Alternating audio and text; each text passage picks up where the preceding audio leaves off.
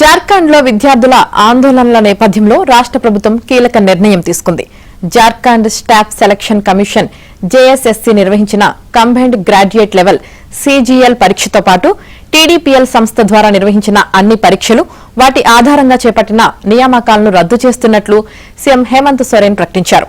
అంతేకాకుండా 2014 నుంచి టీడీపీఎల్ నిర్వహించిన అన్ని పరీక్షలపై సీఐడీతో పాటు రిటైర్డ్ న్యాయమూర్తి నేతృత్వంలో ప్రత్యేక కమిటీతోనూ విచారణ చేపడతామని సోరెన్ వెల్లడించారు. విద్యార్థుల సమస్యల పరిష్కారానికి ప్రభుత్వం ఏర్పాటు చేసిన మంత్రుల కమిటీ ఇప్పటికే వారితో చర్చలు జరిపిందని, ఆందోళనకారుల పలు డిమాండ్లను ప్రభుత్వం అంగీకరించిందని తెలిపారు.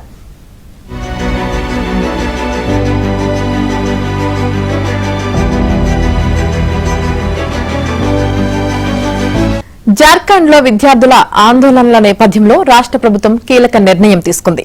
Jharkhand staff selection commission JSSC నిర్వహించిన కంబైన్డ్ గ్రాడ్యుయేట్ లెవెల్ సీజీఎల్ పరీక్షతో పాటు టీడీపీఎల్ సంస్థ ద్వారా నిర్వహించిన అన్ని పరీక్షలు వాటి ఆధారంగా చేపట్టిన నియామకాలను రద్దు చేస్తున్నట్లు సీఎం హేమంత్ సోరెన్ ప్రకటించారు. అంతేకాకుండా 2014 నుంచి టీడీపీఎల్ నిర్వహించిన అన్ని పరీక్షలపై సీఐడీతో పాటు రిటైర్డ్ న్యాయమూర్తి నేతృత్వంలో ప్రత్యేక కమిటీతోనూ విచారణ చేపడతామని సోరెన్ వెల్లడించారు. విద్యార్థుల సమస్యల పరిష్కారానికి ప్రభుత్వం ఏర్పాటు చేసిన మంత్రుల కమిటీ ఇప్పటికే వారితో చర్చలు జరిపిందని, ఆందోళనకారుల పలు డిమాండ్లను ప్రభుత్వం అంగీకరించిందని తెలిపారు.